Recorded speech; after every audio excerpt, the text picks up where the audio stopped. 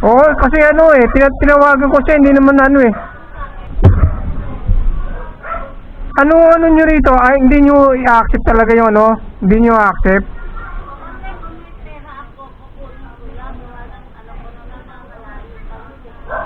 Opo, naiintindihan ko naman ma'am. Eh, kaya lang, gusto ko lang ho kasi ma'am, ano yung sa side nyo. Para paging...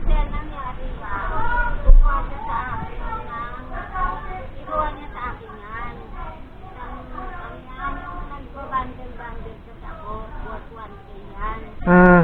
Ngayon, sabi niya, daw yung pinadala ko sa kanyang item. Eh, isang bundle yan. Nasa uli daw niya sa akin yan, yung ticket na yan. Sabi ko, hindi mo pwede yung sa akin yan. Dahil yan ay isang bundle yan. O ngayon, hindi kami nagkaanuhan. Gusto niya isa uli, para hindi niya na ako bayaran. Sabi ko, yan naman talaga mga modus nyo eh. Kunwari, sabi niyo, kulang item. Kami, hindi nyo na babayaran. Nagtiwala ako sa iyo, kako 1,000 yan, isang bundle. So, ang dami nun, isang plastic. Ngayon, wala kami ng transaksyon. Dahil ayaw niya na ako bayaran eh. Ayaw niya ako. Kung ayaw mo bayaran, bahala ka. Tapos kanina, inano ko na siya, binlock ko na. Dahil nga po, ano na sila sa akin. Tapos may tumawag sa akin, laptop, nakapag daw. Wala akong in-order, laptop ay nung yan. Kay Julie Ann daw. Lobios yun, di ba? Ay, wala pa ako order. Sabi ko, magkano yan? 500 plus. Sabi nung panda, okay, sayang ma'am. Ano na ako dito, abonado. Hindi ko pa makukuha yan sir. Wala akong pera ngayon. Ay, ko ano yan eh. Bakit ngayon, ayan. Wala kami. Wala naman kami transaction na. Ipadadala niya yan. Ganon.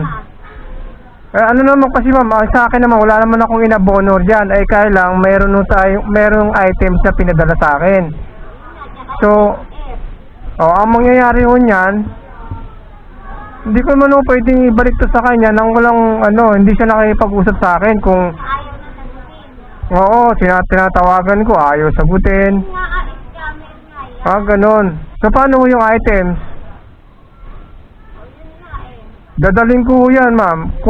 Kasi kung hindi niyo ako babayaran ng exit, dadalhin ko yan. Iuwi ko sa bahay ho yan.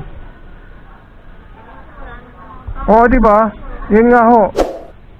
Ang iyan nyo na naman sa akin, kahit bigyan nyo na ako ng kahit 250 lang eh, okay na.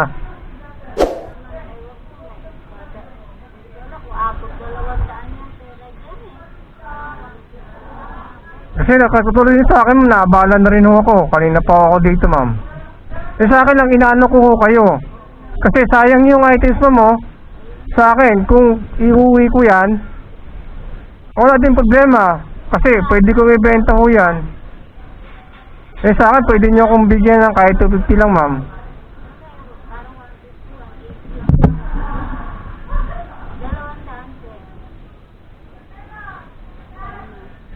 $200 Ano, okay niya. Kukunin niyo na. Kahit dagdagan niyo lang ho. Kasi ma'am, nabahala na ako rito ma'am eh. Kanina pa ako rito.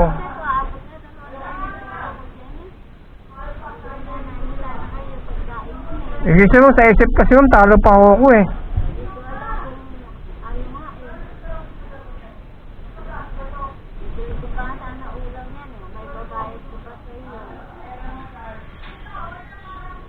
Eh ma'am, naintindihan ko naman ho kayo. Kayo lang, siyempre ma'am, nasa ano tayo. Siyempre, yung oras ko, yung gasolina ko ma'am. Kung ganun lang din naman.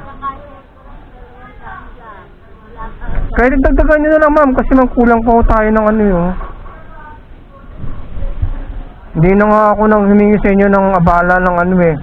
Yung gusto ko lang, yung kahit pa paano, yung may balik sa akin yung yung exit lang ho. Kasi ma'am, mag-aano pa sila lamang dito ma'am eh. Kakatasan pa nila lamang to, di wala naman. Panggasolina, patalo na ako. Okay. Okay mga boss.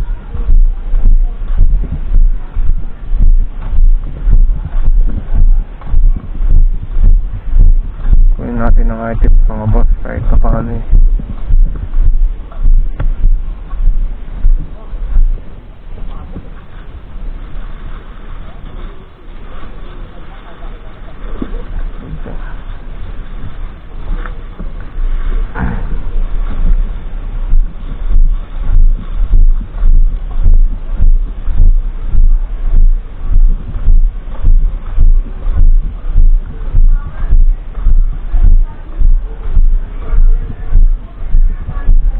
Okay, ma'am?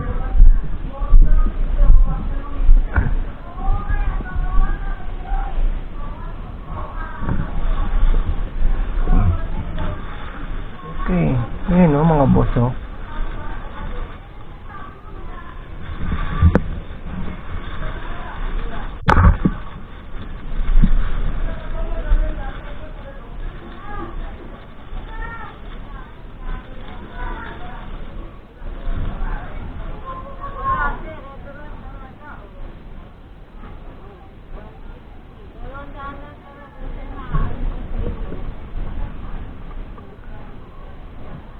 Hmm.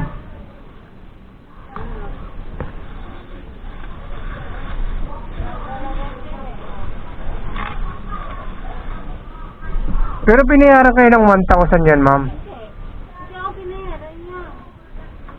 Hindi ako binayaran ng 1,000. Tapos binalik niya. Oo, ay marami pang kasama yan. Bakit naman ako pumayag kayo na ipa-deliver na hindi pa pala bayad? Ang sabi niya si Odi, via Lalabo. Diba pag tumadaan? Bayad, lalamove, oo. Pipipicture ako. Oo. Andito na si Ryder. Ang sinabi niya sa akin, wala pa daw siya mapagkikasan doon. Siyempre alam mo, naawatin ko si Ryder. Ang oras no. Ayun, next time, ma'am, dapat hindi kayo papayag na hindi siya mag-payment. Pagdating doon ni Ryder, ang tagal-tagal na, nag-isang araw na, pinabukasan ko na sabi niya, Ni, asan na yung payment? Wala na, kasi tumagal na ng ilang araw. Lagi sasabihin niya, kulang ang item. Yan daw, ibabalik niya. 20 pieces yan. Ilan lang yan sa 10. O 20 per siya, tapos kung mag-bundle pa ako, napakarami pa.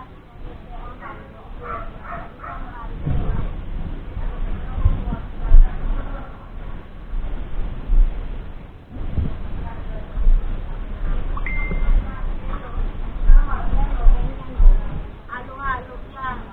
Tapos iba pa yan, 20 per yan. 1,000 lang. Oo, okay. Ang tak may babalik niya sa akin, 10 pairs lang. Wala pang bayad. Oo. Next time, ma'am, pag mga ganun ho, huwag ko kayo papayag na i-ano yung items yun na hindi pa bayad. Kasi nga, Nga eh, nakakadala nga, nakailang ganun na rin ako, nakailang gas na ako ng computer. Pagdating sa kanila item, wala na, hindi na ako binabayaran. ayun, ma'am.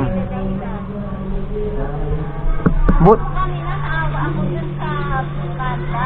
ito ma'am, wala namang kaso sa akin ito, ma'am, kasi hindi naman ako nag-abono. Hindi ako nag-abono dito, ma'am. Pwede kong iuwi ito, Oo. di ba? Kaya na, ma'am, siyempre nagmamalasakit ako sa inyo. Di ba? Siyempre, items yun to.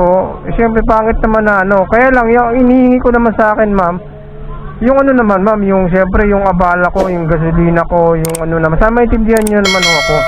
Di ba? Layo din nun eh. Imagine mo, malayo mo, Muntinlupa pa ho, hanggang dito. Di ba? 200 sir ha? Pasensya ka na sir.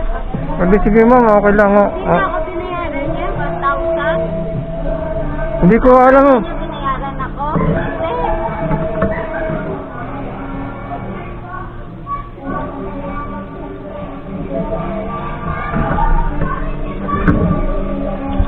Sige ma'am, para ano, okay na lang din.